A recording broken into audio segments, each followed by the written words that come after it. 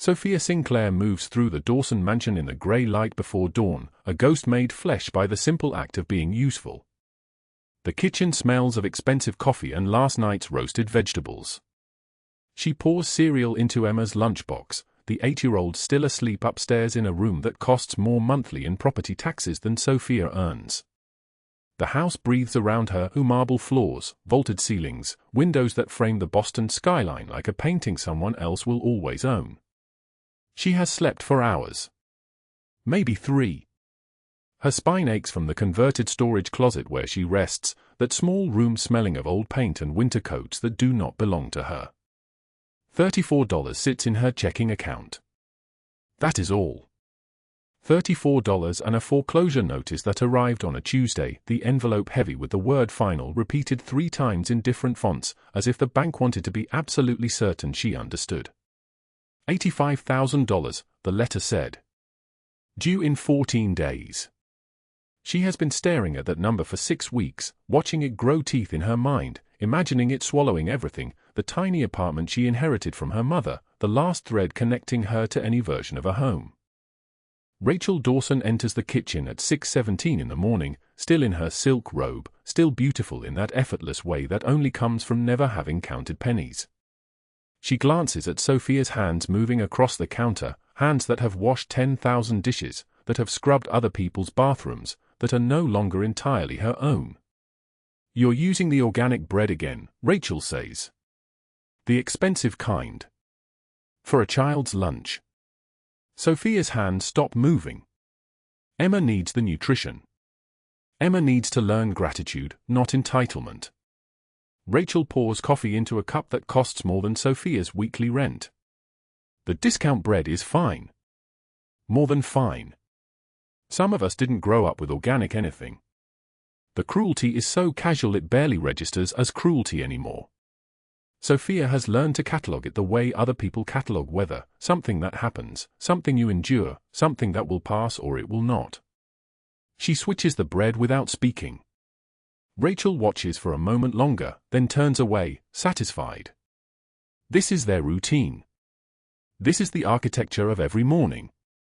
Emma comes down at 6:41 wearing her school uniform, her dark hair tangled on one side. Sofia braids it while the girl eats cereal, and Emma talks about clouds and whether they have feelings. Children ask such questions. Children believe adults might actually know the answers. Do clouds get sad? Emma asks, swinging her legs that barely reach the floor. Yes, Sofia says, weaving the braid tighter.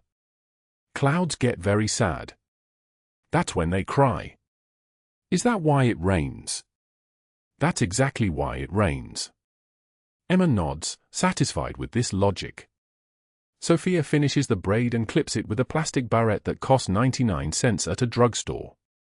Emma runs her fingers over it, then reaches back and squeezes Sofia's hand. The gesture is so quick, so small, that it might not have happened at all. But Sofia feels it move through her chest like a key turning in a lock. The day proceeds as all days do. Emma leaves for school in a climate-controlled car driven by Rachel's assistant. Sofia cleans rooms she will never sleep in, folds clothes she will never wear, cooks meals she will eat the leftovers of hours later, standing alone in the kitchen after everyone has retired. The mansion settles into afternoon quiet. Outside, the July sun presses down on the city, flattening everything, turning the streets to shimmer. At 3:13 in the afternoon, Sofia's phone buzzes in her pocket. A number she recognizes. Her stomach tightens before she even looks at the screen. Douglas Hale's voice comes through fast, aggressive, all teeth. "You owe me," he says. No greeting. Never a greeting. "Mr. Hale, I'm working." "I can't." "You can't? You can't? Listen to me. You walked out.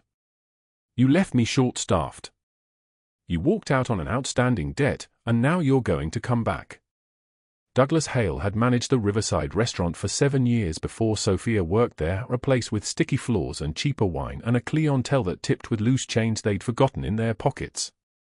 He had discovered, early in his tenure, that no one watched the tip jar carefully if the person watching was willing to be patient. Sofia had caught him 3 times. Caught him, reported him, and been told by the owner that these things happen, that she should be grateful to have a job at all, that accusations could be career-ending in this city. There's a missing register shortage, Hale continues. $1,200. And you're going to repay it, or I'm filing charges. I have documentation. Documentation he created. A shortage he engineered. Sofia knows this the way she knows the sun is hot. I don't have $1,200, she whispers. Then you better find it. Or plan on a courtroom visit. Your choice. The line goes dead. Sofia stands in the Dawson kitchen, holding a phone that suddenly weighs 1,000 pounds. Outside, Emma's swing set sits empty in the backyard, waiting for a child who will return, who will always return, who belongs to a world that will keep turning around her. At 4:22 in the afternoon, a letter arrives. Not email. Not text. A physical envelope delivered by courier, heavy cream paper, official seal. Sofia opens it with shaking hands while standing in the pantry, surrounded by food she is not permitted to eat. Sofia Sinclair, the letter reads. You are hereby summoned. Court date, 4 days away. Defendant, Sofia Sinclair. Plaintiff, Douglas Hale, represented by counsel. Charges, theft, embezzlement, wage theft, the irony so bitter she nearly laughs, and fraud. 4 days. She has 4 days before she stands in front of a judge in a courtroom where the air will be too cold and the lights too bright, where a man who has everything will testify against a woman who has nothing, where documentation that does not exist will be presented as proof of crimes she did not commit. She folds the letter and places it back in the envelope. Her hands are steady. They have learned to be steady. Then she walks through the Dawson mansion, through rooms full of light and money and certainty, and she picks up Emma from after-school care as if the world has not just shifted on its axis. That evening, around 5:51, as thunder begins to gather on the horizon like an argument waiting to happen, Sofia takes Emma to the playground one final time before the storm arrives. The child runs to the swings, her uniform skirt flaring, her braided hair swinging. Sofia watches from the bench, calculating numbers that will not add up, trying to imagine a version of the future that still contains her. Emma chases a ball that rolls toward the street. She does not see the car. She sees only the ball, her hand reaching, her small body following momentum and joy and the uncomplicated logic of childhood. Sofia moves without thinking. She moves the way Emma had asked if clouds feel, the way grass feels when you press your palm against it, the way water moves when you pour it out. She moves like the only option available. Her hand catches Emma's collar. The car swerves, its horn screaming, metal and rubber and air all colliding in the space where the child had been standing a half-second before. Emma's heart hammers against Sofia's chest. Sofia realizes she is shaking. She realizes Emma is crying. She realizes they are both alive, still here, still breathing in the thick air before the storm breaks. Across the street, a black sedan has pulled to the curb. The window lowers slowly. A man sits in the back seat, the interior too dark to see his face clearly, but his eyes are visible, storm gray, watching, seeing everything in the way that predators see. For a moment that stretches like pulled taffy, he watches Sofia holding the child against her chest. Then the window rises and the car moves forward into the gathering darkness, disappearing into the traffic. Sofia does not know who that man was. She does not know that he was watching this playground for 6 weeks, ever since Emma's kidnapping scare months earlier, a scare that had lasted 14 hours and ended with federal ransom protocols and a boarding school nearly booked before the child was found safe. She does not know that he has spent those 6 weeks interviewing nannies, investigating staff, searching for weakness or threat or unreliability in anyone who had access to his daughter. She does not know that he just watched the one person on earth step in front of a speeding car for a child who does not belong to her. She does not know that this moment, this single act of courage from a woman who has nothing, has just changed everything. Before we continue with what happens next, if this story is hitting you, if you feel the invisible weight that Sofia carries, the way the world divides between those who have and those who serve, please drop a like right now. Share this with someone who needs to know they matter. Subscribe so you don't miss what comes next tomorrow, because what's about to unfold will shift everything you think you know about power and mercy. Now, let us go back. Let us go back to the beginning, to understand how a woman carrying only desperation ended up in a room full of men who control this city, and what changed the moment they met. 12 hours earlier, Sofia Sinclair moved through the Dawson mansion before dawn, her footsteps silent on marble floors that reflected nothing of her presence. The house breathed around her, central heating hissing through vents, the distant hum of a refrigerator, the weight of expensive silence that only comes from rooms designed never to be used. She had slept 2 hours on a cot in a converted closet that smelled of old paint and someone else's winter coats. Her uniform, a simple black dress with a white collar, hung loose on her frame. The fabric had been washed so many times the weave showed through like skin stretched too thin. The kitchen appeared first, stainless steel appliances that caught the pre-dawn light, granite counters arranged like a stage set for a life she cleaned but never inhabited. Sofia began Emma's lunch at 5:17 in the morning. Peanut butter sandwich, apple sliced into 8 pieces, yogurt in a container marked with the child's name in Rachel Dawson's sharp handwriting. She counted the ingredients as she assembled them, a habit from another life. 2 slices of bread. 2 tablespoons of peanut butter. 1 apple. 1 container of yogurt. Everything rationed, everything tracked, nothing wasted because waste was mathematics she could not afford. In her pocket, folded into a square no larger than her thumbnail, lay a receipt from yesterday. $34. That was what remained after the bank statement, after the electricity payment, after the monthly installment on a debt she had been carrying for 7 years like a stone tied to her neck.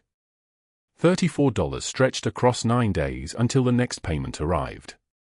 She had done this calculation so many times her hands moved through it without thought. $2 a day for food. $1 for the bus if she had to leave the house. That left $31 for the things that broke without warning, a shoelace, a pair of socks, the possibility of needing anything at all. The foreclosure notice had arrived on a Tuesday 3 weeks earlier. $22,000. The amount felt abstract, the kind of number that belonged to other people's lives. She had unfolded it once, read it completely, then folded it back into the envelope and placed it on her cot. Reading it again would not change the mathematics. The house that held her childhood memories, that had belonged to her mother and her grandmother before that, had been sold at auction. The proceeds had covered almost nothing. Rachel Dawson's footsteps came down the back staircase at 6:44, the heels expensive and sharp against the marble. She was a woman of 48 who had fought her age into submission through discipline and money. Her hair was pulled so tightly it seemed to stretch her features. She wore silk that moved like water, and she looked at Sofia the way she might look at a stain that would eventually require professional cleaning. "Emma needs new shoes," Rachel said. Not hello. Not good morning. Just a statement delivered while she poured coffee into a porcelain cup. Hers are scuffed. It's embarrassing at the country club. Sofia nodded. She had learned that responses were unnecessary. Rachel Dawson talked to fill silence, not to invite conversation. She was a woman who had been taught that criticism disguised as concern was a kindness. That public correction was a form of mentoring. That Sofia's presence in a room did not require acknowledgement, only efficiency. Also, I noticed you wore the same dress yesterday. You're not rotating your uniforms properly. It looks as though you've only the one dress. I have two, Mrs. Dawson. Well, they're identical. It looks like you only have one. That's the impression you're giving. A live-in nanny should maintain a certain appearance, you understand. The neighbor's comment. Sofia did not point out that the neighbors would not know the difference.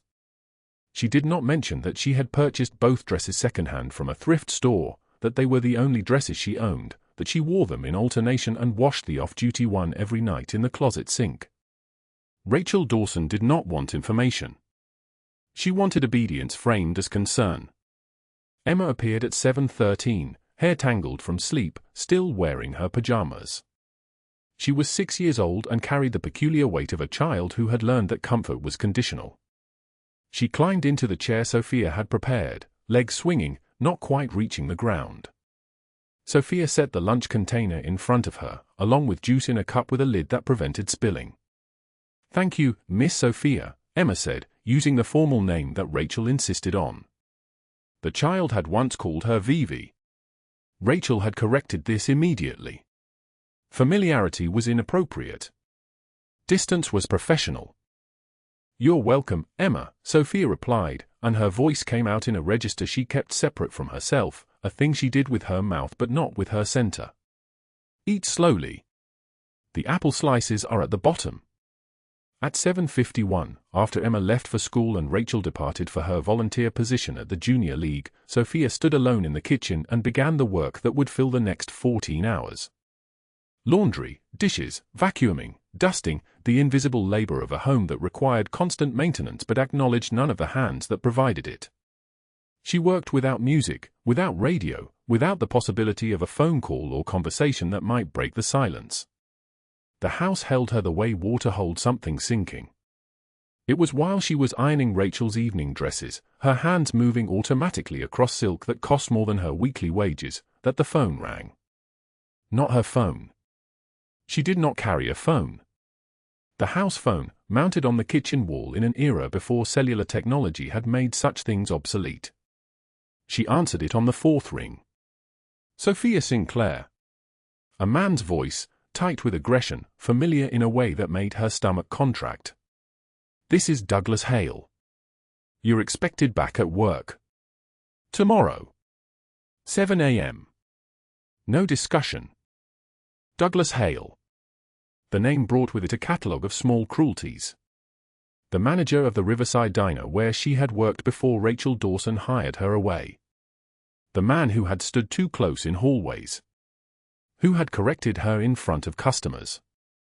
Who had taken credit for her work and blame for her mistakes. Who had scheduled her shifts only to send her home early, cutting her hours without warning. Who had watched her count her tips at the end of the night with an expression of contempt, as though her poverty were a personal failing. "I'm not available," Sofia said. Her voice did not shake. She had learned to keep it level. "I'm employed here now. You're employed by me until I release you. We have matters to settle. $85,000 in cash register shortages. I have documentation. You took money from my register. Multiple times. I'm giving you 2 weeks to return it, or I'm filing charges. Criminal charges, Sofia." Understood. The number was incomprehensible. She had never stolen anything. She had counted her wages in coins and folded bills, watching for mistakes in her favor because she could not afford mistakes. She had never touched money that did not belong to her, because the consequence of that action was the difference between a precarious survival and absolute nothing. "That's not true," she said. But her voice had changed. It had become something she did not recognize. "Prove it. Bring me $85,000. 2 weeks. Or I file charges, and every restaurant in Boston will know you're a thief. You'll never work in service again." The line went dead. Sofia stood holding the receiver, her free hand still extended toward the dress she had been ironing. The fabric had begun to wrinkle under the iron's heat. She did not move. She could not calculate how to move forward. $85,000 was her foreclosure notice multiplied by 4. It was the mathematics of destruction laid out with precision. She set the receiver back in its cradle with both hands, as though it might shatter. The iron continued to heat, still plugged in, the metal surface glowing dull red. She turned it off. The smell of singed silk drifted into the kitchen. Rachel Dawson's dress had burned in 2 places, dark marks the iron had left like accusations. At 3:22 in the afternoon, Sofia stood at the edge of the playground where Emma attended her summer program. The heat pressed down in the way it did in July in Boston, the kind of wet heat that made the world feel liquid and unstable. Storm clouds were building on the horizon, dark and heavy. She could smell the rain coming, that particular scent of ozone and earth that arrived before the weather changed. Emma was playing on the grass with other children, her sundress bright against the green. Sofia stood at the fence, invisible, as she always was. A fixture. A necessity. Something that blended into the background. The toy, a small stuffed elephant, fell from Emma's hand and rolled toward the street. The street beyond the playground was not particularly busy at that hour, but it was not empty. A delivery truck was approaching. Sofia watched the calculation happen in the child's mind, so the instant werewant overcame understanding. Emma began to run. Sofia moved without deciding to move. Her body understood before her mind caught up. She reached Emma in 3 strides and pulled the child backward just as the truck passed, its engine loud enough to drown thought, its weight sufficient to erase a 6-year-old completely. The elephant was gone. The space where Emma had been was empty. They stood together in the stillness after danger. Emma was shaking. Sofia could feel it through the child's small arms, through her own chest where Emma's head had buried itself. Across the street, a black sedan was parked at an angle that suggested its driver had been watching for some time. Through the tinted window, Sofia could see the suggestion of a silhouette. Eyes. The kind of attention that did not look away. Then the window rose. The car pulled into traffic and disappeared into the afternoon. Sofia did not know who was watching. She did not know that Giovanni Calabrese had been searching for the right person to care for his daughter for weeks, not just competence, but something rarer. Courage. The kind of instinct that placed another person's safety above your own survival. She did not know that he had seen it in that moment, in the way she had moved without hesitation. She only knew that she was holding Emma, that the child was alive, and that in 2 weeks, a man named Douglas Hale intended to destroy her. Sofia Sinclair moved through the Dawson mansion like someone who had learned to disappear. 5 in the morning, she woke on the thin mat in the converted storage closet that smelled of old paint and winter coats that were not hers. She dressed in the dark so she would not wake anyone. Her uniform, black pants, white shirt, hung on a nail beside the only window, a narrow rectangle that looked out onto a garden she would never sit in. $1,200 a month was what the Dawsons paid her, most of it vanishing into a debt that had no ending. $34 remained in her checking account. That was all. The foreclosure notice had come on a Tuesday, addressed to her in the mailbox of the apartment she no longer lived in, and it carried a number that made no sense to someone who thought in terms of groceries and gas. $22,000. The gap between what she had and what she owed was not a distance. It was an abyss. She moved through the morning like she always did. Emma's lunch was prepared with the same care she brought to everything, carrots cut into specific shapes, a sandwich that took 15 minutes to construct correctly. The girl was 7 years old and had never known Sofia to make a mistake. Emma did not know that Sofia had cried in the storage closet for 20 minutes the night the foreclosure notice arrived. Emma did not know about the restaurant manager named Douglas Hale who had called 3 times this week with a voice that made Sofia's stomach turn to stone. Meanwhile, across the city in a neighborhood where the buildings held their breath and the cars cost more than most people's homes, Giovanni Calabrese was waking in a bed that was larger than Sofia's entire room. The light through the windows was filtered through curtains that had been hung by someone paid to understand how light should fall. Giovanni was 53 years old. His dark hair was silvered at the temples. His body was built from years of not accepting the word no. A scar ran from the corner of his left eye down to his cheekbone, the kind of mark that made people look away first. He had built everything from nothing. His father had raised him with fists, had taught him that gentleness was death and mercy was weakness. Giovanni had left home at 16 with $200 and a determination to never be powerless again. Now he owned hotels and restaurants and import businesses that were fronts for other operations. He had men who answered to him. He had money that existed in numbers too large to visualize. He had empire. What he did not have was the one thing money could not purchase. His daughter, Emma, had been born to another woman, a woman who had died 8 years ago from an illness that had no cure. For 3 years after, Giovanni had tried to raise her alone, but empire required presence, and a child required something he did not understand how to give. So he hired help. He hired many people. None of them stayed. None of them understood that the 6-year-old girl needed more than supervision. She needed someone to see her. 3 weeks ago, a threat had arrived. Someone from his past had discovered where Emma attended school, had made it clear that the child was accessible, that her safety could not be guaranteed. Giovanni had responded the way he always did, with violence, with strategy, with the elimination of the threat. But the vulnerability had opened something in him that he thought he had burned out years ago. Fear. Not for himself. For her. His men, Enzo and Pietro, had suggested a bodyguard, a security detail. Giovanni had rejected all of it. Emma needed a nanny, they said. Someone who would be present not as a weapon but as a person. Someone who would love her without being paid to do it, though of course they would be paid. That morning, Giovanni sat in his office on the 42nd floor of a building he owned, behind a desk that was black glass and steel, and he listened to his men describe the candidates they had screened. Each one was qualified. Each one was exactly what they had asked for. None of them was right. He could feel it. His instinct had kept him alive this long, had separated him from the dozen men who had tried to move against him. His instinct said wait. At 2:51 in the afternoon, Sofia was walking Emma home from school. The girl held her hand, which was something most children did without thinking but which made Sofia's chest ache every single time.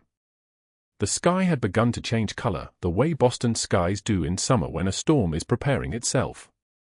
The air was thick. Everything felt suspended. They took the path through the park that cut an hour off the walk home. Emma ran ahead, as she did every day, her backpack bouncing against her small shoulders. Sofia watched her the way a mother watches, not hovering, but present, always aware of where the child was, what the child was doing, what dangers the child could not yet understand. The street beyond the park was a street Emma knew. A street that had carried her safely 100 times. A street that seemed, that afternoon, to have different rules. The toy, a stuffed elephant the girl's grandmother had sent from Italy, fell from Emma's hands. It rolled toward the gutter and then, catching the slope of the sidewalk, continued rolling toward the street. Emma watched it go. Sofia could see the calculation happening in the child's mind, the instant where the toy became more important than the rules she had been taught. Emma stepped off the curb. There was a delivery truck coming, not moving fast but moving with the weight that made it dangerous. Sofia moved without decision, without thought. Her body understood what her mind had not yet processed. She reached Emma in 3 running strides and pulled the child backward. The truck passed so close that Sofia felt the push of its movement, felt the way the air moved in its wake. The elephant was gone. The space where Emma had been was gone too. They stood together on the sidewalk in the stillness after danger. Emma was shaking. Sofia could feel it, could feel the small child pressed against her legs, could feel the way Emma's arms wrapped around her waist and would not let go. Across the street, a black sedan was parked at an angle that suggested intention. Through the tinted window, a shape. Eyes. The kind of attention that does not look away easily. Sofia looked back once, then again. She had learned not to be noticed. She had learned to be small, quiet, useful, invisible. But something in the way that car sat made her understand that being invisible had just ended. The window rose. The car pulled into traffic and disappeared. Sofia did not know that Giovanni Calabrese had been searching for someone to care for his daughter for 3 weeks. She did not know that he had rejected 17 candidates, each one qualified, each one wrong in ways he could not articulate. She did not know that he had been sitting in that car himself, watching the school, watching the playground, trying to understand what quality he was looking for. She did not know that he had seen it in that moment. The way she moved. The way she had placed the child's safety above her own without hesitation, without calculation. The kind of instinct that cannot be taught. The kind of courage that comes from a place deeper than thought. Sofia's phone rang at 6:13 p.m. She was in the storage closet, putting away the clothes she had worn that day. The number was blocked. She knew who it was. Sofia. Douglas Hale's voice was the voice of a man who believed the world belonged to him. I have been patient. 2 weeks. I have given you 2 weeks to come back to work at the restaurant, to settle this matter privately. There is no matter to settle, Sofia said. Her voice was barely above a whisper. I did not steal anything. The register was short $85,000. That is impossible. I work 3 shifts a week. A register cannot be short that much from. 85,000, Douglas said, and now his voice carried the edge of something sharp. By August 15th, you will reimburse the restaurant in full or I will file charges. I have documentation. I have witnesses. No one will believe you, Sofia. You are nobody. A woman with no job, no savings, no one backing her. A woman with a foreclosure notice and debt stretching back years. A woman 1 phone call away from losing everything. So I suggest you find that money. Because if you do not, I will bury you. He hung up. Sofia sat on the mat in the storage closet and looked at her hands. They were shaking. $85,000. The number was not real. It could not be real. But it was the kind of number that could destroy everything. It was the kind of number that made sense of the way Douglas had been threatening her, the way he had been patient, because he had been waiting for something. He had been waiting to build his case carefully. 2 weeks. That night, Giovanni Calabrese sat in his office and made a phone call. He did not know her name yet. He knew the school she walked the child from. He knew the path they took through the park. He knew she wore a simple black uniform and that she moved with the kind of grace that came from hardship. He knew she had saved his daughter without knowing who his daughter was. That was enough. By morning, his people would know everything. Her name. Her address. Her debt. The restaurant manager who was threatening her. The family she worked for. All of it. What he did not know yet was that the woman he was about to bring into his world was the answer to something he had been searching for without knowing he was searching. That she would change everything. That in saving his daughter, she had already claimed a part of him that he had believed was dead. The next morning, Sofia received a letter. It was written on thick cream paper. It offered her a position as a live-in nanny. It offered her $40,000 a year. It offered her that in 2 days. The signature at the bottom was illegible, but the letterhead read simply, Calabrese Enterprises. She held the letter in her hands and tried to understand what was happening. $40,000. Not enough to pay the debt. But enough to buy time. Enough to stay. Enough to keep Emma safe. She did not know that she had just written her own story into a world she could not yet imagine. The underground poker room beneath the Southie warehouse breathed like a living thing, thick with cigar smoke that curled in the amber light, the green felt tables gleaming like small oceans under the brass fixtures, the stacks of cash arranged in careful towers like monuments to power. The air tasted of expensive tobacco and something darker, something that had nothing to do with cigars. Sofia stood at the threshold, her borrowed dress clinging to her skin from the July rain that had soaked through her coat on the walk here. She had not eaten since yesterday. She had not slept properly in 3 weeks. The foreclosure notice sat in her pocket, wrinkled now, soft as cloth from being read and reread again. Giovanni Calabrese sat at the center table, his charcoal suit tailored so precisely it seemed sculpted to his body, his white shirt open at the throat, revealing the thick gold chain that caught the light. He was 47 years old, but something in his face, the scar running from his left temple to his jaw, the grey threading through his dark hair, made him look carved from stone. His hands rested on the table with absolute stillness, and every person in the room moved around him like planets around the sun. When he looked up and saw Sofia standing in the doorway, dripping wet, trembling with cold and something else, everything stopped. Enzo stepped forward first, his hand instinctively moving toward his jacket, but Giovanni raised one finger. Just one. Leave us, he said. His voice was low, rough, not loud at all. The words fell into the room like weights. 12 men. 12 men in suits that cost more than Sofia made in a year. 12 men with guns arranged in shoulder holsters and ankle holsters and hidden places she did not want to think about. All of them turned and walked toward the exit without a word, without a question. The sound of their footsteps faded up the metal stairs. Only Enzo remained. He stood by the far wall, giving them distance, but his jaw was clenched so tight his face had gone pale. Sofia's hands would not stop shaking. "Sit," Giovanni said.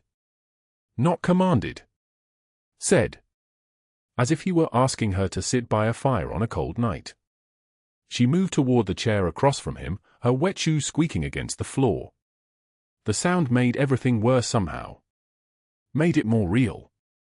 "Do you know who I am?" he asked. "No," she whispered. He studied her for a long moment. "You saved my daughter's life 3 weeks ago in the park.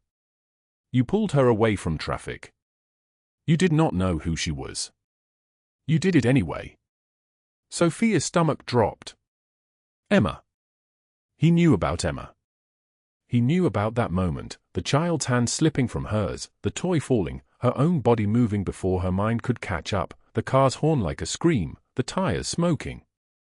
"I have a problem," Giovanni continued. He gestured toward the cash on the tables. "Money. I have more money than the law permits. I have men who would commit murder at my suggestion. I have reach into places most people do not know exist. I can build empires or burn them to ash." He leaned forward slightly. "And I cannot keep my daughter safe." Sofia's voice came out barely audible. "Why are you telling me this?" "Because Douglas Hale has been blackmailing you. Because the family you work for owes you 12 weeks of back wages. Because you have $34 in your checking account and your rent is due in 9 days.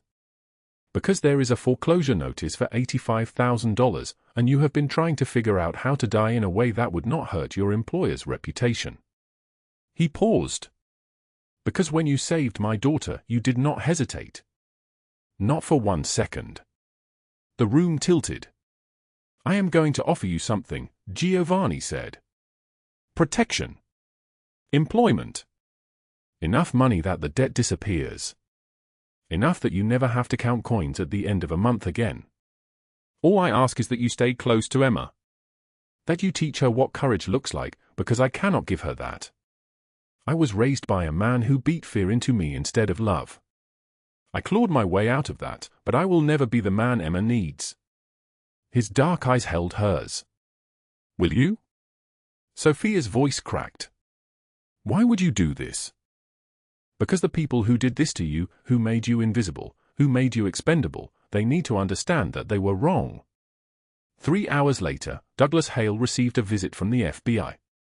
They came at 5:48 in the morning, 6 agents with warrant papers and a list of charges so long it required 2 pages. Embezzlement. Extortion. Sexual harassment. Wage theft across 43 employees. The footage of him stealing tips from Sofia's register had somehow made its way to the bureau. So had the recordings of his threats. So had the screenshots of the fake cash register shortages he had created to justify his blackmail. By 7:15 a.m., Douglas Hale sat in an interrogation room with his hands cuffed, his face the color of old bone. The agent across from him, a woman with dark hair and her expression like winter, slid the first piece of evidence across the table. "Your confession is already in the system," the agent said quietly. "You recorded your own threats. It will save us both time if you cooperate." Douglas's lips moved but nothing came out. Meanwhile, at the Dawson mansion, Rachel Dawson was in her sitting room when her lawyer called. The call lasted 40 seconds. She set the phone down on the side table and did not move for a very long time.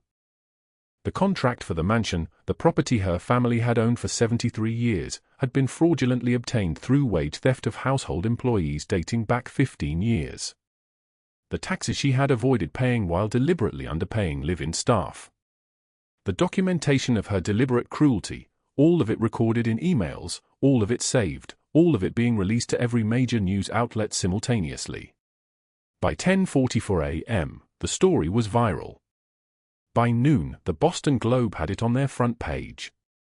By sunset, Every television in the state was running her photograph alongside the headline, "Prominent Boston Family Under Federal Investigation for Labor Trafficking." At 11:53 p.m., Rachel Dawson's lawyer called a second time. The charges against her included wire fraud, tax evasion, wage theft, and violation of federal labor laws. Her estimated sentence, 7 to 12 years. Her assets frozen pending trial.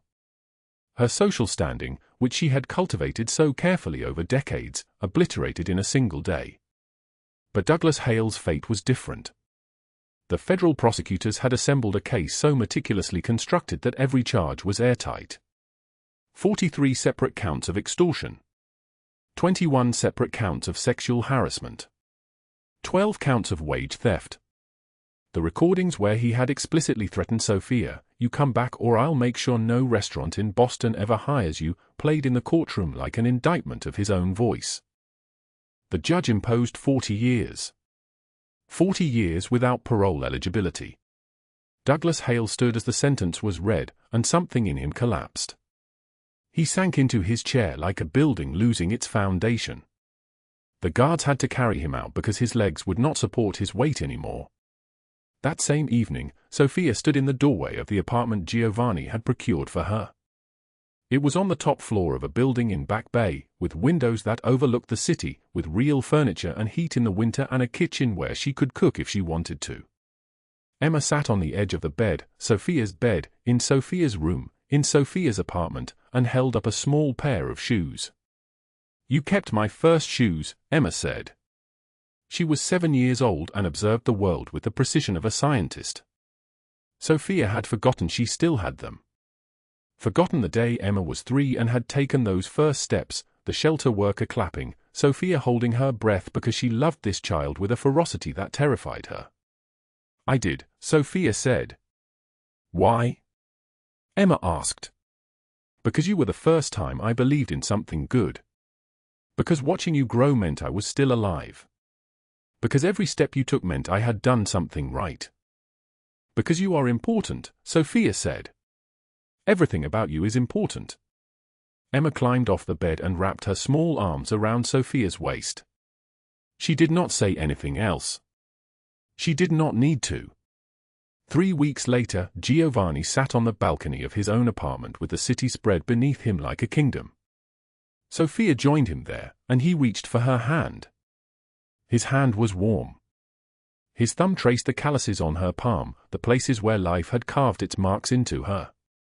"The restaurant manager will die in prison," he said quietly. "Not from violence. From age and regret and the understanding of what he lost by being cruel to people who could not defend themselves." "And Rachel Dawson?" Sofia asked.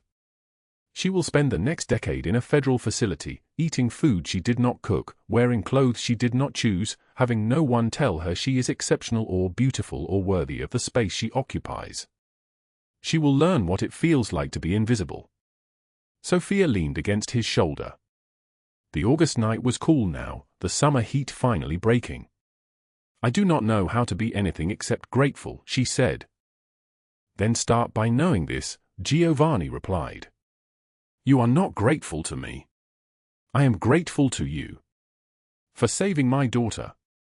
For reminding me that there is still something worth saving in the world.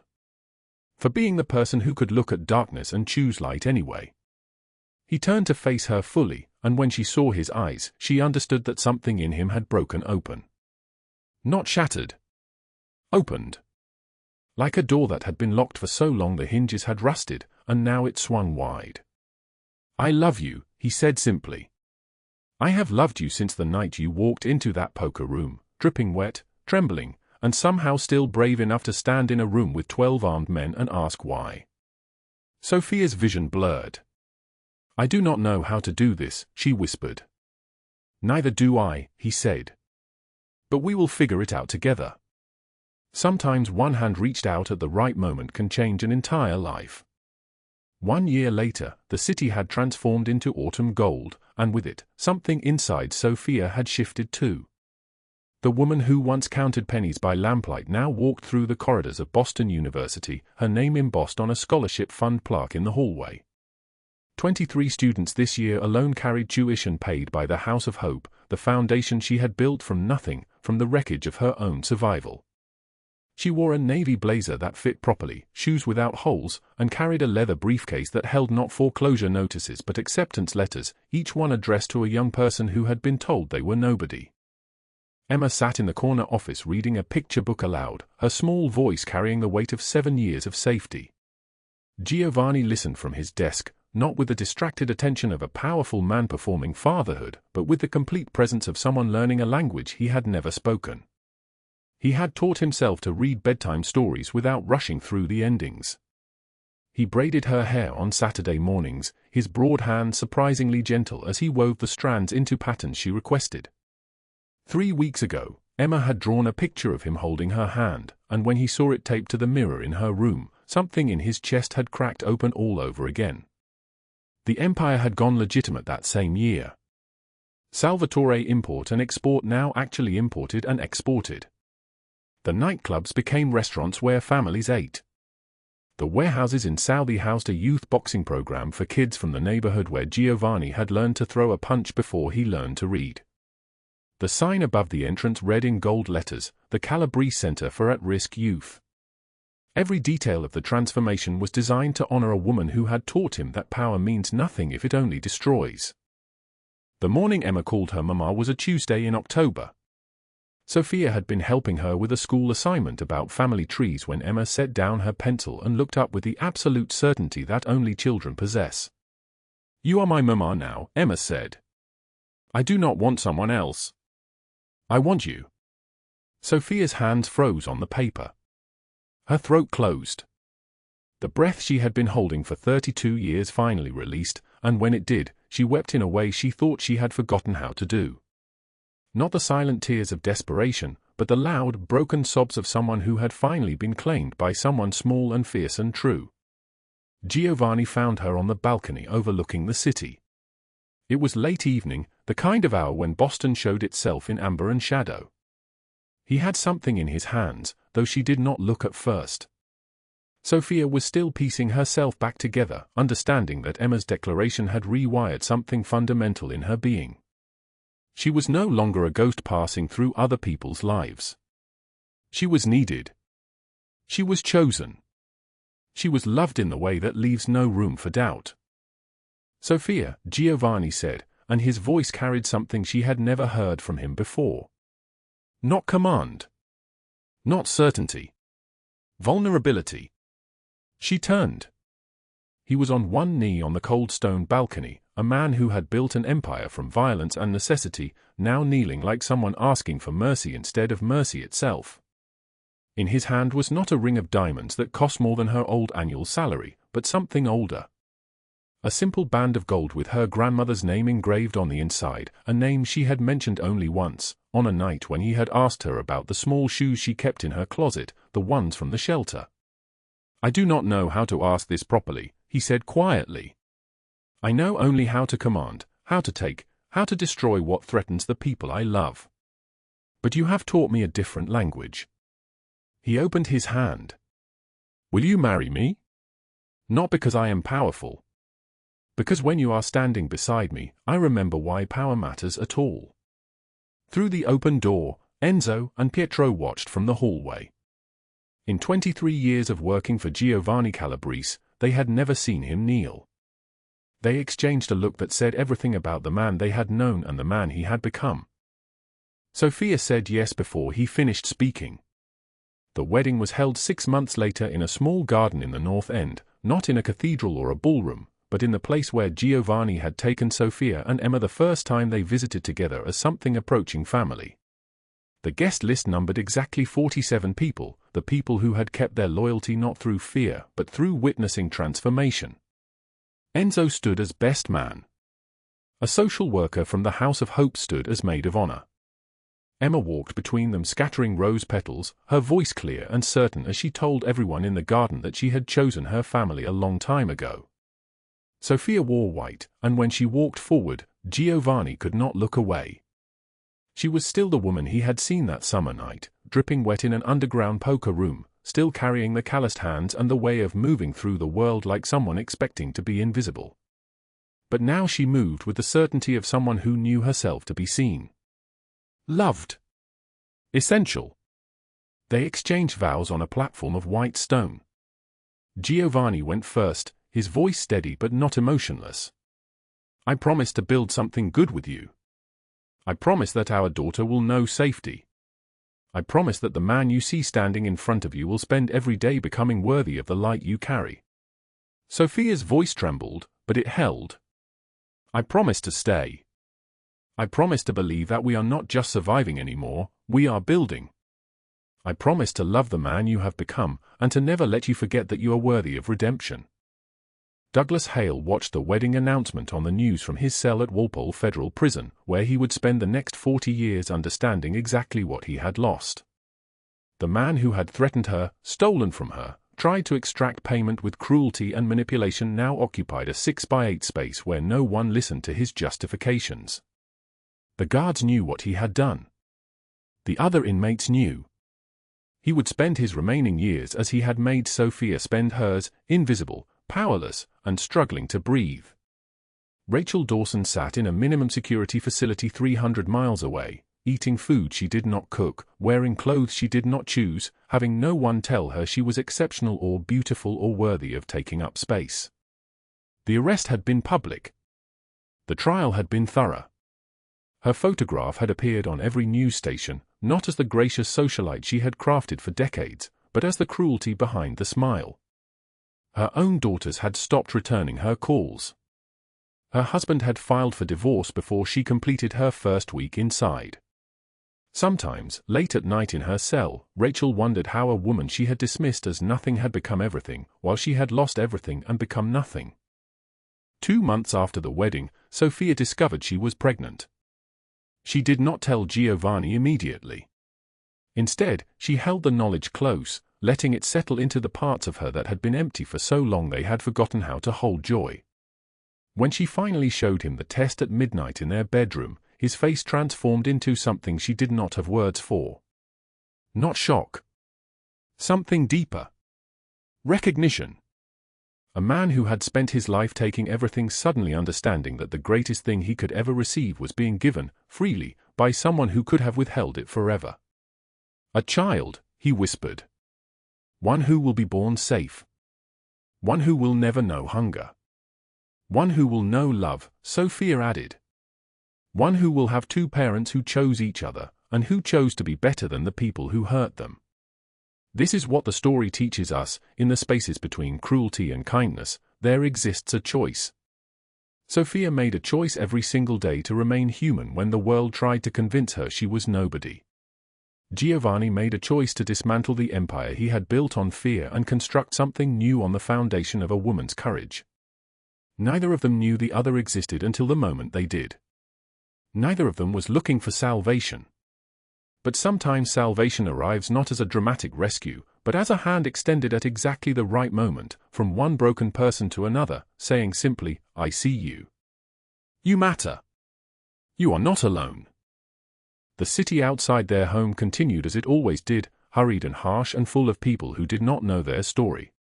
But inside a brownstone in the North End, a little girl slept between 2 parents who had learned that the most dangerous thing in the world is not a man with power, but a woman with nothing left to lose who chooses to be brave anyway. How did Sofia's story make you feel? What would you do if you were Giovanni, watching a moment of ordinary courage and recognizing in it the thing you had been searching for your entire life? Have you ever known someone who stood in the darkness and refused to break? Please leave a comment below and share what moved you. Every comment you leave is a precious source of motivation that helps us continue creating these stories that remind us of the human capacity for redemption and transformation. If this story touched your heart, please subscribe to our channel, like and share this video with the people you love. We wish all of you watching good health, a joyful life, and days filled with peace and happiness. No matter how hard life gets, remember that after the rain, the sky clears. There is always light waiting on the other side of the storm. Thank you for staying with us until the very end. We will see you again in the next video.